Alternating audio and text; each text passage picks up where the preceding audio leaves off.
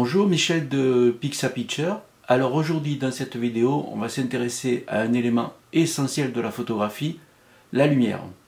Allez, c'est parti.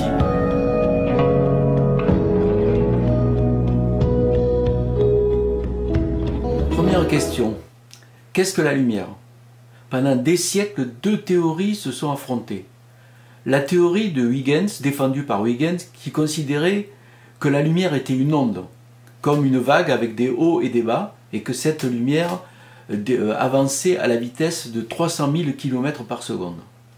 La deuxième théorie était défendue par Newton, qui lui considérait que la lumière c'était de la matière, des petites fines particules que plus tard on appellera des photons. Il faudra attendre le début du XXe siècle, plus précisément en 1909, pour que Einstein et De Broglie mettent tout le monde d'accord. Car pour eux, ce qui se passait, c'est que suivant l'expérience qu'on réalisait et la façon dont on regardait le résultat de cette expérience, apparaissaient des phénomènes différents. Pour la lumière, c'était exactement ça, c'est-à-dire que suivant l'expérience qu'on faisait, soit on voyait l'aspect ondulatoire de la lumière, soit l'aspect, disons, matière de la lumière. Pour comprendre l'explication donnée par Einstein, prenons par exemple un tube comme ça. Si j'éclaire le tube par là et que je mets un carton derrière, l'ombre portée va représenter un cercle. Donc on dira le tube est un cercle. Si je tourne le tube, que j'éclaire comme ça, l'ombre portée sera un rectangle. Donc on dira le tube est un rectangle. Donc on voit bien que suivant la façon dont on fait une expérience et la façon dont on regarde le résultat, on obtient des réalités différentes. C'est ce qu'on appelle la dualité scientifique, et notamment pour la lumière, c'est exactement pareil. La lumière peut se présenter soit comme une onde, soit elle réagit comme des particules. Par exemple, en photo, si on revient en photo, puisque c'est quand même notre thème, en photo par exemple, si lorsqu'on diaphragme, qu'on ferme le diaphragme à partir de 22, apparaissent des phénomènes de diffraction. Donc là, on voit bien que la lumière, qu'est-ce qui lui arrive? Le trou est tellement petit que quand la lumière elle arrive, elle tape sur les bords et hop, ça fait ce qu'on appelle la diffraction, le truc part de côté. Donc là, on voit bien que c'est le côté matière, c'est-à-dire c'est vraiment la théorie de Newton qui était celle de la théorie quantique, la matière étant des particules. Maintenant, si on fait des photos, qu'on veut éliminer les reflets, par exemple, on va utiliser un film polarisant. Donc, d'ailleurs, de la prochaine vidéo que je vais faire, ça sera un truc sur les filtres. Donc, qu'est-ce qui va se passer? Là, avec le filtre polarisant, on va jouer sur la façon dont la lumière se comporte de façon ondulatoire. Les ondes lumineuses sont bien sûr pas les seules. Elles se situent au milieu d'un spectre très large. Si on regarde au-delà du bleu, par exemple, apparaissent les ultraviolets, que nos yeux ne perçoivent pas, mais par contre, certains animaux perçoivent les ultraviolets, notamment les abeilles, ce qui leur permet de voir des choses que nous ne voyons pas. Après, au-delà de l'ultraviolet, il y a les rayons X qui sont utilisés en médecine, puis plus loin, les rayons alpha et gamma. De l'autre côté du spectre, après le rouge, de l'autre côté, il y a les infrarouges, qui sont des ondes émises notamment par la chaleur, que bien sûr notre œil ne perçoit pas. Plus loin, après l'infrarouge, on a les fameux micro-ondes qui servent en cuisine. Et puis encore au-delà, on a toutes les ondes radio. Donc vous voyez tout ça, les ondes lumineuses se sont situées au milieu d'une gamme très large d'ondes. La lumière naturelle, celle qui nous vient du soleil, est appelée lumière blanche. En réalité, elle est composée d'une multitude de couleurs. Cette multitude, on peut l'apercevoir les jours d'orage grâce à l'arc-en-ciel. Et là, on voit toutes les couleurs qui composent cette lumière naturelle. Ça va du violet, bleu, bleu-vert, vert au milieu de l'arc-en-ciel, jaune, orangé et rouge. Voilà les couleurs qui composent la lumière naturelle. Voyons maintenant comment un appareil photo gère les couleurs, ainsi qu'un ordinateur, un écran télé, et quelle est la différence entre cette gestion et celle des peintres, des imprimeurs et de mes copains graffeurs. c'est là que les choses se compliquent un peu parce que il y a des choses qu'il va falloir oublier parce que dès la maternelle, dès qu'on a commencé à peindre soit à la gouache, soit des feutres, on nous a expliqué qu'il y avait des couleurs primaires et des couleurs secondaires. Alors, on nous a dit que les couleurs primaires, c'était le jaune, le rouge et le bleu, pardon, et qu'avec ces trois couleurs, on pouvait faire pratiquement toutes les couleurs. Et si on prenait 2 par 2, avec le jaune, le rouge et le bleu, on pouvait faire du vert, de l'orange, du violet. Donc ça, il faut oublier complètement ça, parce qu'en photo, ou à la télé, ou sur les ordinateurs, ça fonctionne pas du tout comme ça. C'est là qu'interviennent les deux synthèses qui sont importantes, qu'il faut comprendre, c'est ce qu'on appelle la synthèse additive et la synthèse soustractive. Si on prend un support neutre, soit blanc, soit noir, soit gris, et si sur ce support, on projette, grâce à 3 projecteurs, 3 disques de couleurs. Alors, un rouge, un bleu et un vert. Donc on projette les 3 et on fait se couper les 3 cercles, et à l'endroit où les 3 cercles vont se réunir, qu'est-ce qu'on va obtenir? On va obtenir une couleur blanche.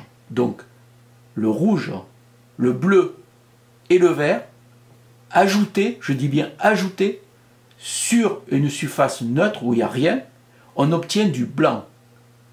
Si on éteint le spot rouge, il reste le bleu et le vert. Donc le bleu et le vert, à l'endroit où ils vont se couper, on va avoir une couleur qui va s'appeler le cyan. Maintenant, si on coupe le bleu, qui reste le rouge et le vert, à l'intersection des 2 cercles, on aura du jaune. C'est là que en général les peintres ils comprennent plus rien. Troisième chose, si on éteint le vert, il reste le rouge et le bleu, et à l'intersection des 2, on aura le magenta. Donc, les 3 couleurs qu'on a obtenues grâce aux intersections, que ce soit le jaune, le cyan et le magenta, sont appelées les couleurs secondaires. Les couleurs primaires étant le rouge, le bleu et le vert. Ça, c'est la synthèse additive. C'est ce qui se passe avec les capteurs, c'est ce qui se passe avec les écrans télé, et avec les ordinateurs. Maintenant, qu'est-ce qui se passe en peinture ou en imprimerie, ou lorsque les graffeurs bombent les murs avec leurs bombes? Là, c'est la synthèse soustractive. Parce qu'en fait, ce qui se passe, c'est qu'on a un support, et sur ce support, on met des pigments qui, en fait, absorbent les couleurs, la couleur, par exemple, du jour, la lumière du jour, ou la lumière d'un spot, n'importe quoi. Le pigment va absorber certaines couleurs et il va en laisser sortir d'autres. Donc, en fait, ce qu'on voit, c'est quelque chose qui soustrait, c'est-à-dire il soustrait de la lumière naturelle certaines couleurs pour laisser en paraître d'autres. Ça, c'est ce qu'on appelle la synthèse soustractive. Et c'est ce qui est employé en imprimerie et évidemment en peinture. Donc, ce qui est important à savoir, c'est donc la synthèse additive. Ce qui est important à savoir en photo, parce que quand on va faire des photos, là où ça va être très important, c'est le problème des dominantes. Parce que ce qui se passait en général avant en argentique, comme on ne pouvait pas faire de la post-synchronisation de façon simple, lorsqu'on avait une dominante, c'est-à-dire que par exemple, lorsque on avait une photo trop verte, on trouvait que la photo était trop verte, et notamment par exemple lorsque on allait photographier dans des endroits où il y avait des néons. En général, les néons, ça donnait des images trop vertes. Il fallait corriger cette couleur. Donc qu'est-ce qu'on faisait? On mettait des filtres.